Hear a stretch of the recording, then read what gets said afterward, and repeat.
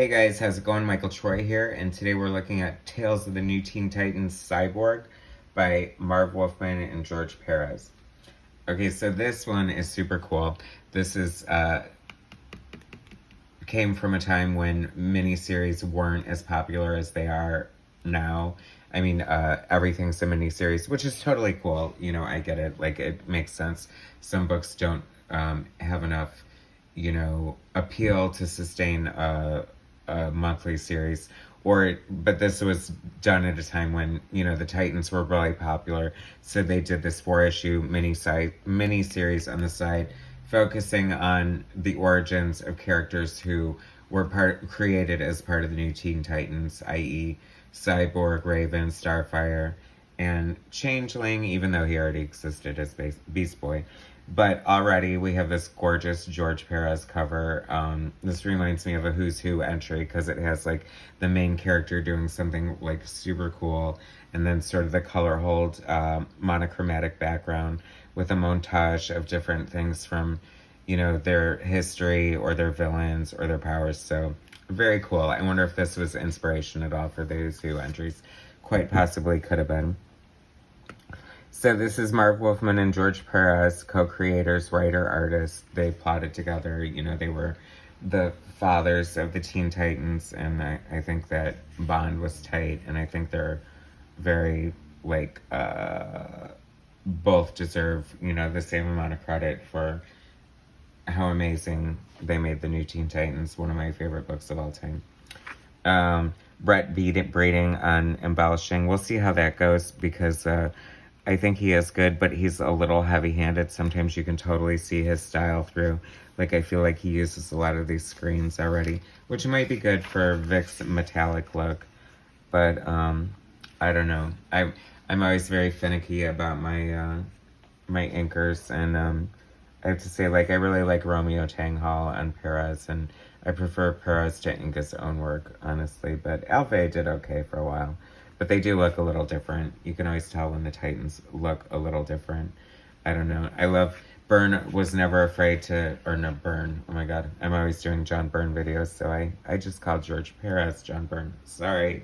Anyway. They're contemporaries. It's cool. It's fine. I love these long vertical panels that he used. I was such a George Pérez clone / wannabe when I was starting to draw superheroes, and I just took so much from his work and just really loved so many things about it. So the Titans go on this camping trip, and they're recounting their origins, and this is Cyborg's origin. And I have to say that's one of the things I really did like about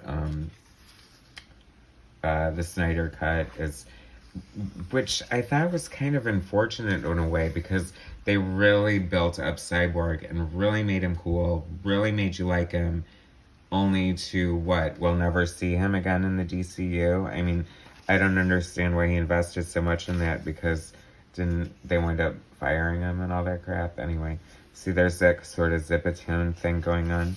And also of note, and this could be just me, but one of the main things they did to Cyborg's costume, aside from getting rid of his bare legs, which I'm totally fine with.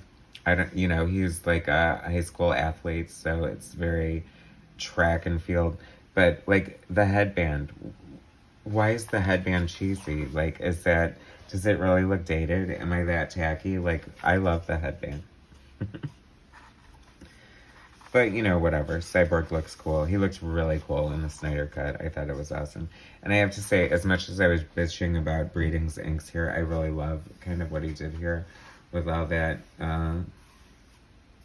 screen tone or zipatone or whatever kind of screen he was using there that you had to actually cut out. It would be on clear acetate sheets, and you would have to cut it down and paste it over the art. And now it's something you simply drop in Photoshop or Procreate or whatever. But, man, I mean, you could cut yourself on an X-Acto blade. It was actually pretty dangerous. So, comic book artists really gave for their art back in the day. But I think that, this is a perfect example of what a great character Wolfman and Pérez created. He had such a great fleshed out origin. Great, like, supporting characters within his origin. You know, his grandparents were fun. I just love the Titans. What's not to love about the Titans, right? And then the next issue is Raven. So that was a very cool shot of by George Pérez here. I mean, look how cool that is. That looks like such a Who's Who entrance. Anyway, so that was Tales of the New Teen Titans Cyborg by Wolfman and Pérez. Thanks so much for watching. Please subscribe to my channel. Hit like, share my content, and I'll bring you some more later. Alright, thanks guys.